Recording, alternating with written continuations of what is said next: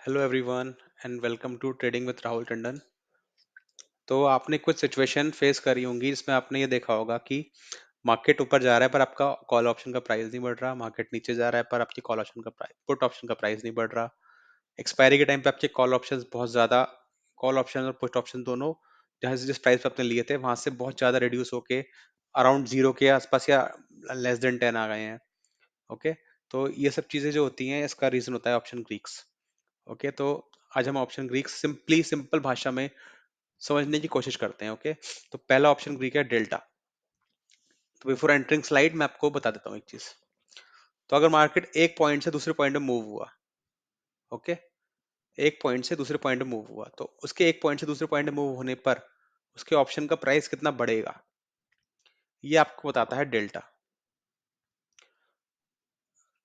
Time जब market market में जब टाइम घटता जाएगा उसकी एक्सपायरी का, मान लो एक्सपायरी में 40 घंटे बचे हैं, 5 दिन बचे हैं, ये 40 घंटे बचे हैं, घंटे में बात करते हैं, अगर वो आप 38 आवर्स रह गए हैं तो कितना प्राइस जो, अगर मार्केट अभी किसी एक लेवल पे है उस लेवल पे ही रहे, अगर प्राइस सेम नहीं रहेगा, प्राइम प्राइस घट जाएगा, वो होता है थीटा। तीसरी चीज होती है वेगा। ओके, वेगा से पहले डिस्कस कर लेते हैं गामा।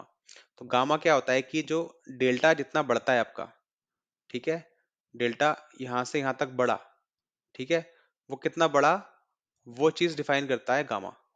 ओके, उसके बाद आता है आपका वेगा।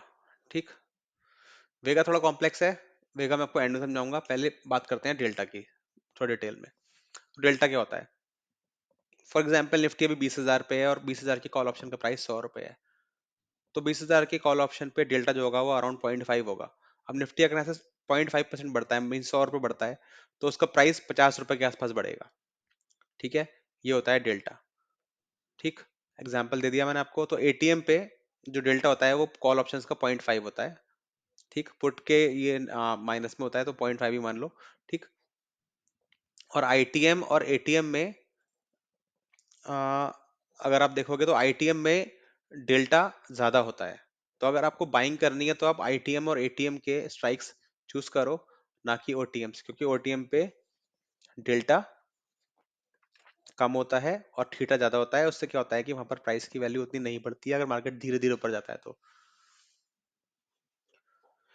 उसके बाद बात करते हैं हम गामा की। जैसा कि मैंने बताया था कि डेल्टा में कितना चेंज हो रहा है ये वो डिफाइन करता है। गामा इंक्रीज हो जाता है जब ऑप्शन एटीएम से आईटीएम में जाता है, और ये मैक्सिमम 1 हो सकता है। ठीक है, तो अभी हमने डेल्टा और गामा की बात करी, तो आपको क्या देखना चाहिए? अब ये क्यों यूज, अब ये पता लग गया आपको, डेफिनेशन पता लग गई, पर यूज कैसे आएंगे ये? ठीक है, तो जब ऑप्शन बाइंग कर रहे हो उस टाइम पर आप ये देखो कि अगर आप इन द मनी या एट द मनी में ले रहे हो कोई कॉल, ठीक है, तो उसका डेल्टा 0.5 है या नहीं, या उससे ज्यादा है या नहीं।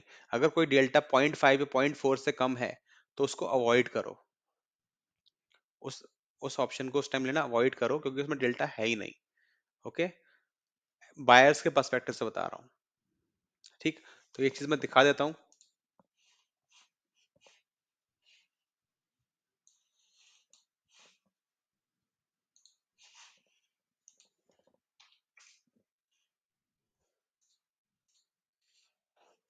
जैसे निफ्टी अभी 20,850 पे है, तो अगर आप देखोगे तो ग्रीक्स में देखोगे तो 20,850 के कॉल का जो डेल्टा होगा वो 0.5 ही है, देखो अराउंड। ऊपर 0.45 है, नीचे उसके ऊपर 0.36 है, ये देखो। 850 पे 55, 900 पे 45, 950 पे 36, और 800 पे और ज्यादा है, 750 पे और ज्यादा है। ठीक है, तो अब ये देखो, अगर मैं 750 वाला कॉल ले लेता हूँ, ठीक, और मार्केट को अभी मैं 0.5% गिरा देता हूँ, ठीक है, तो मेरा 60% लॉस हुआ। ठीक, 60% में देखना, आप 59% लॉस हुआ। ठीक है, और अगर यहीं पर मैं 0.55 से ऊपर का डेल्टा लेता हूँ और हाफ मार्केट को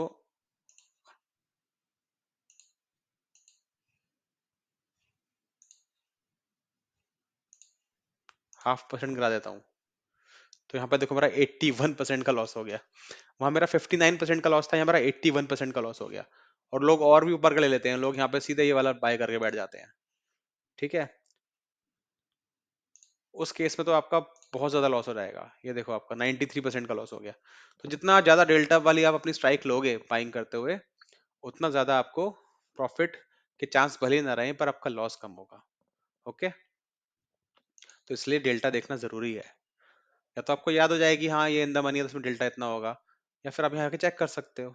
जब भी आप ले रहे हो डेल्टा चेक करो और लो, 0.5 से ऊपर होना चाहिए डेल्टा, सिंपल। ठीक है, अब बात करते हैं हम कि थीटा, ठीक है, या फिर बात करते हैं गामा की। ठीक, गामा आप क्या देखोगे? तो अगर आप यहीं पर आते हैं दोबारा वापस, तो अगर आप यहाँ देखोगे तो गामा 20,850 का मार्केट है, गामा है 0.0019, 0.0019, 0.0018।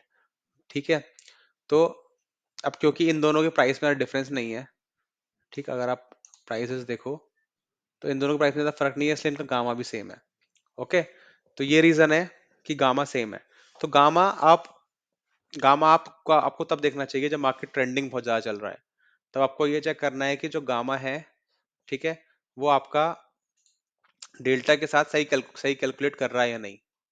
राइट, तो उस टाइम पे आपको गामा देखना चाहिए, बिकॉज गामा की वैल्यू जो है वो 1 से ज्यादा नहीं आ सकती। ठीक, तो आपको चेक करना है कि गामा ज्यादा तो नहीं है या गामा बहुत कम तो नहीं है, वो चीज चेक करनी है, बट मेनली आपको डेल्टा ही चेक करना है। एंड एक और चीज है, वो है थीटा। ठीक है, तो ऑप्शन बायर के पर्सपेक्टिव से आपको थीटा भी चेक करना है। ठीक है, अब वो कैसे देखेगा?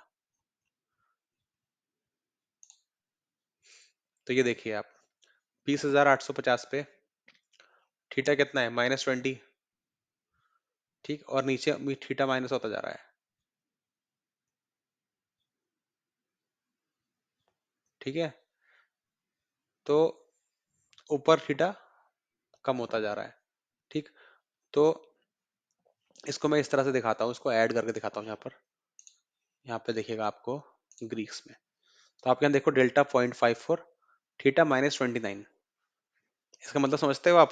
इसका मतलब ये है कि मार्केट अगर सेम लेवल पे भी रह गया, ठीक है, तो आपका इतने परसेंट का लॉस हो जाएगा। वो कैसे होगा? देखो, मार्केट 20,850 पे है, कल एक्सपायरी नहीं है निफ्टी की, पर अगर कल मैं निफ्टी को 20,850 पे ही एक्सपायर कर दूं, तो अभी इसका प्राइस 93 है,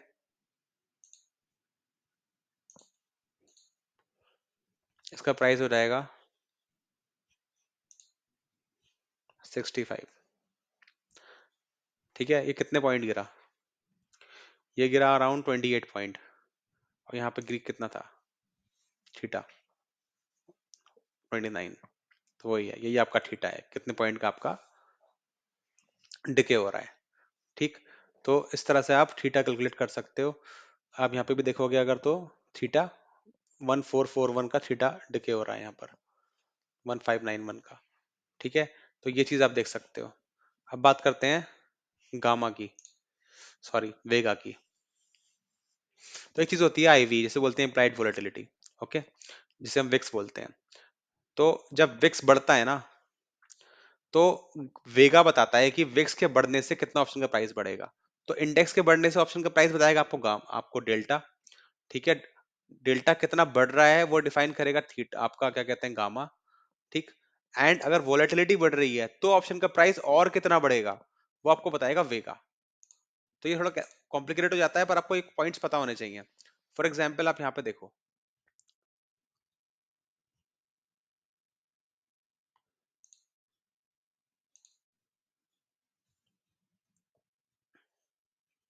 जैसे ये पोजीशन है, ओके, उसमें ग्रिक्स दिख रहे हैं यहाँ पर। ठीक है, अभी अगर मैं इस वाली पोजीशन में देखूंगा तो इसमें जो वेगा है वो 4.3 है। ठीक है, अब जो इम्प्लाइड वोलेट, अभी जो विक्स चल रहा है वो अराउंड 13 के आसपास चल रहा है। ठीक, अब अगर मैं इसकी जो इम्प्लाइड वोलेटिलिटी है वो 13 से, अब इसका यहाँ पे प्राइस देख लेते हैं। ठीक है, पे ऑफ टेबल लगाएंगे अभी इसकी पहले। मैं अभी जो पहले वो करता हूँ, 13.3 है, राइट। 13.3 पे मैं देखता हूँ 20,900 के प्राइस पे। 20,900 के प्राइस पे जो इसका प्राइस आ रहा है वो आ रहा है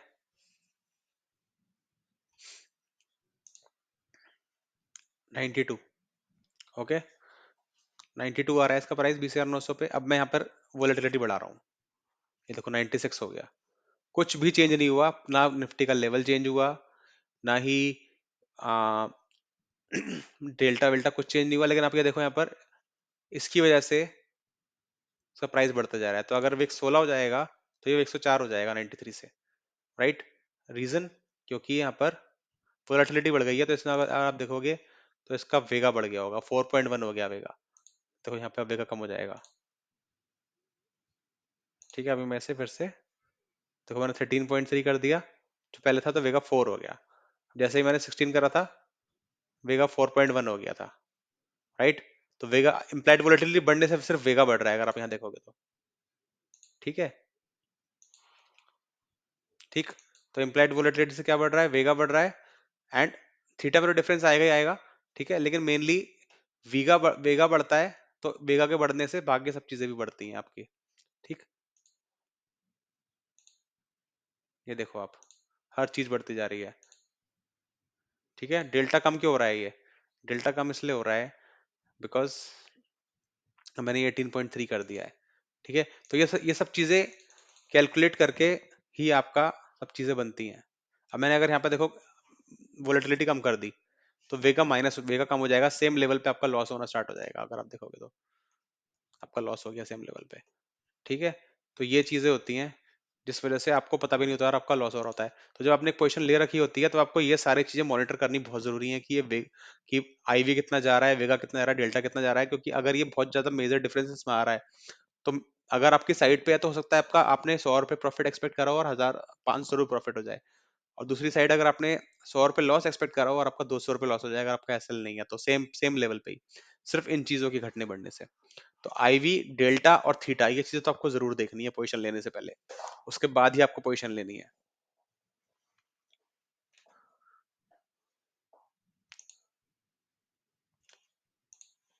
ओके, तो there are some points to remember for option buyers. पहला तो ये है कि ऑलवेज चूज आईटीएम और एटीएम स्ट्राइक्स, बिकॉज पे डेल्टा अच्छा होता है, थीटा कम होता है। उनको हैच करो ओटीएम स्ट्राइक से, राइट। ये चीज मैं दिखा देता हूँ अभी। फॉर एग्जाम्पल मैंने 20,800 जैसा कॉल लिया, ठीक है। तो मैं इसको हैच करने के लिए 20,700 वाला पुट बाय कर लूंगा, ठीक। अब रीजन इसका क्या है, रीजन इसका ये है कि जहां पहले मेरा मैक्सिमम लॉस, निफ्टी को रीसेट कर लेते हैं, जहां मेरा पहले जो मैक्सिमम लॉस था, ठीक है, वो इतना था, अब वो इतना हो गया, ठीक है। पहले मैक्सिमम लॉस कितना था मेरा, पहले मैक्सिमम लॉस था मेरा 4,650, 4,665 रुपये, ठीक है। अब मेरा मैक्सिमम लॉस बढ़ गया बिकॉज मैंने पुट भी खरीद लिया है, ठीक ठीक, क्योंकि ये दोनों ही जीरो हो सकते हैं, क्योंकि दोनों ही, ठीक है। तो इसलिए मुझे क्या करना चाहिए, इसलिए मुझे 20,800 वाला,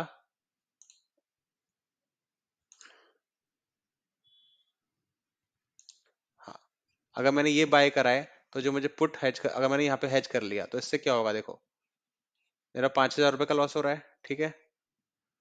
अब 5,000 रुपये का लॉस में मुझे फायदा क्या होगा, मार्केट मान लो अचानक से गिर के बहुत ज्यादा गिर गई मार्केट, ठीक है, 20,600 आ गई मार्केट, 200 पॉइंट गिर गई, तो मेरा 1,000 रुपये का ही लॉस होगा। लेकिन अगर मैं इसे हेज नहीं करता तो मेरा 4,000 रुपये का लॉस हो जाता, ठीक है। तो ओटीएम से हमेशा हेज करो, उसमें क्या होगा, आपका थोड़ा सा लॉस का परसेंटेज बढ़ जाएगी, बट अगर मार्केट आपकी अपोजिट बहुत ज्यादा चली गई, आपने एसएल नहीं लगाया था, तो आपका लॉस कम होगा।